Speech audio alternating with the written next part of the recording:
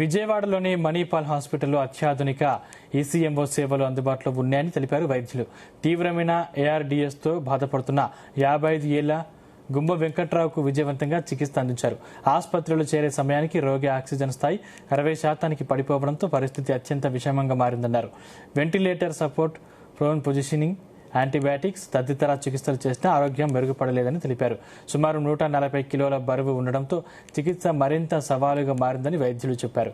సాధారణ చికిత్సలు ఫలించకపోవడంతో రోగికి ECMO support ప్రారంభించామన్నారు.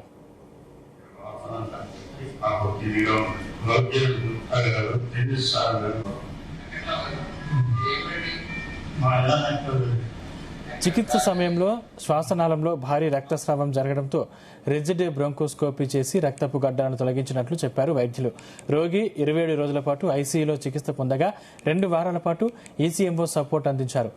Respiratory rehabilitation, physiotherapy, పలువురు నిపుణుల సమన్వయంతో రోగి కోలుకున్నారు. వెంటిలేటర్ పనిచేయని పరిస్థితుల్లో ఈసీఎంఓ ప్రాణాలను కాపాడే అత్యాధునిక లైఫ్ సపోర్ట్ విధానం. సరైన సమయంలో జోక్యం, నిపుణుల సమన్వయం ఉంటే క్లిష్ట పరిస్థితుల్లోనూ రోగులను రక్షించవచ్చు అని doctor Lokesh Gupta, doctor G Uday Kiran తెలిపారు. మనకి రెగ్యులర్గా అవైలబిలిటీ ఉండాలి. కార్డియాక్ సర్జన్స్ అవసరం అనుకున్నప్పుడు ఎంతమంది స్పెషలిస్టులు కలిసి, అలాగే nursing staff, good nursing staff ఉండాలి, టెక్నీషియన్స్ ఉండాలి. So round the clock support అనేది, బ్లడ్ బ్యాంక్ సపోర్ట్ ఉండాలి. ఇన్ని సపోర్ట్ ఉంటేనే ఇటువంటి మన కేసులు కూడా సేవ్ చేయగలుగుతాము. ఇటువంటి సపోర్ట్ ఇదివరకు ఓన్లీ హైదరాబాద్, బెంగళూరు, చెన్నై ఇటువంటి సిటీస్లోనే జరిగేది. బట్ యాక్చువల్గా మనకి ఇప్పుడు అంతకంటే బెటర్ కేర్లో, అలాగే తక్కువ కాస్ట్లో కూడా కంపేర్ టు మెట్రో సిటీస్ తక్కువ కాస్ట్లో మనం అందించగలుగుతున్నాం. ఎందుకంటే ఒకప్పుడు మనము వెంటిలేటర్, మనకి సమాజం ఎలా ఉందంటే వెంటిలేటర్ మీదకి వెళ్ళాడంటేనే 50-50 కష్టం అని ఒక భావన. అలాగే వెంటిలేటర్ మీద కొంచెం కోమాలో ఉండి మన స్పృహలో ఏంటంటే సమాజంలో అపోహ ఎలా ఉందంటే ఏమో చనిపోయిన ట్రీట్మెంట్ చేస్తున్నారేమో అనే ఒక పర్సెప్షన్ అయితే ఉంది.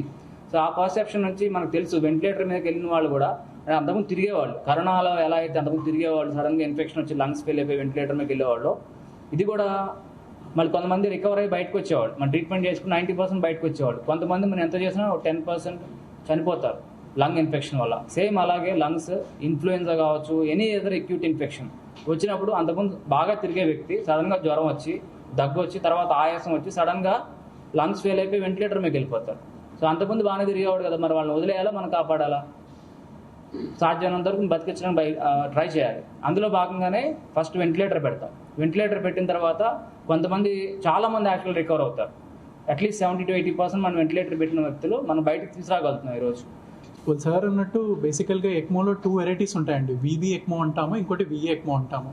వీవీ ఎక్మో అనేది మనకి అడ్వాన్స్డ్ రెస్పిరేటరీ ఫెయిల్యూర్, అంటే advanced respiratory failure ventilator support కానీ మందులతో కానీ, వెంటిలేటర్, మందులు ప్లస్ బోర్లో పడుకోబెడతామండి ఆక్సిజన్ లెవెల్స్ మెయింటైన్ అవ్వని వాళ్ళకి. ఇవన్నీ మెయింటైన్ అవ్వని వాళ్ళకి మనం ఈ ఎక్మో అనేది ఆఫర్ చేయడం అనేది జరుగుతుందన్నమాట.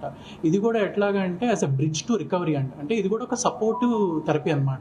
మనం పెట్టే మందులకు కానీ కొంతమంది 5 రోజులకో 7 రోజులకో, లేదంటే కొంతమంది 14 రోజులకో, మనిషికి రికవరీ అనేది వేరీ అవుతూ ఉంటుంది. కాకపోతే ఇన్ని రోజులకి మన సపోర్టివ్ డివైస్ అనేది అవసరం. అది దేనికి, మంచిగా ఆక్సిజన్ మెయింటైన్ చేయడం కానీ అవనివ్వండి, చెడు గాలి కార్బన్ డైఆక్సైడ్ తీయడానికైనా అవ్వాలి. నంబర్ 1 హాస్పిటల్ అని మాకు మేమైతే 100% చెప్తాము. ఎందుకు అంటే హైదరాబాద్, బెంగళూరు, చెన్నైతో పోలిస్తే ఖర్చు చాలా తక్కువలో అయిపోతుంది. ఎట్ ద సేమ్ టైం అక్కడ మనకు ఒక ఏదైతే అక్కడ ఇంకా బెటర్గా ఉంటుందేమో, అక్కడ ఇంకా మంచిగా ఉంటుందేమో, ఇంకేదన్నా టెక్నాలజీ ఉందేమో అని అనుకుంటున్నాం. అక్కడ లేనిది, ఇక్కడ లేనిది అంటే ఏది లేదు. ప్రతి ఒక్క సర్వీసు కూడా, ప్రతి ఒక్క డాక్టరు, డిపార్ట్మెంటు, దెన్ మంచి టెక్నాలజీతో కూడినటువంటి ఆధునిక పరికరాలు ప్రతి ఒక్కటి కూడా ఇవాళ మన హాస్పిటల్లోనే, మన అమరావతిలోనే, మన అందుబాటులోనే, మనందరికీ సామాన్యులకు అందుబాటులో ఉన్నటువంటి రేట్స్లోనే ట్రీట్మెంట్ అనేది మణిపాల్లో ఇవాళ ఇవ్వటం జరుగుతున్నది. ఇలాంటి పేషెంట్స్ మనం గతంలో మొన్న మధ్య కలుసుకున్నాం. హార్ట్ ట్రాన్స్ప్లాంట్ సక్సెస్ఫుల్గా చేసాం, లివర్ ట్రాన్స్ప్లాంట్స్ అవుతున్నాయి. 100 రకాలుగా చెప్పేవాళ్ళండి. కళ్ళు తెరుతున్నాడా, కొద్దిగా ఏమైనా శ్వాస పొట్ట ఊపుతున్నాడా, కాళ్ళు ఏమైనా కదిలిస్తున్నాడంటే అన్నీ బాగానే ఉండి మేము రోజు చూస్తున్నాం. పొద్దుపూట మాటిపూట బాగానే ఉంది, మా వాడి బాగానే ఉందని నేను వాళ్ళకి తెలియజేస్తూ ఉండా. వాళ్ళు లేనిని చాలా క్రియేటివ్ చేశారు, ఇబ్బందికరంగా కూడా పెట్టారు మమ్మల్ని. నాకైతే ఇక్కడ మన డాక్టర్ గారు, దినేష్ గారు కానీ, లోకేష్ గారు కానీ, ఉదయ్ గారు కానీ, వాళ్ళు ఇచ్చిన ధైర్య స్ఫూర్తి, వాళ్ళు 30-40 అని 10 రోజులు గట్టిగానే చెప్పారు. అయితే నాకు ఆ 30-40 మీద బాగా నమ్మకం ఏర్పడింది కాబట్టి నేను ధైర్యంగా ఉన్నాను.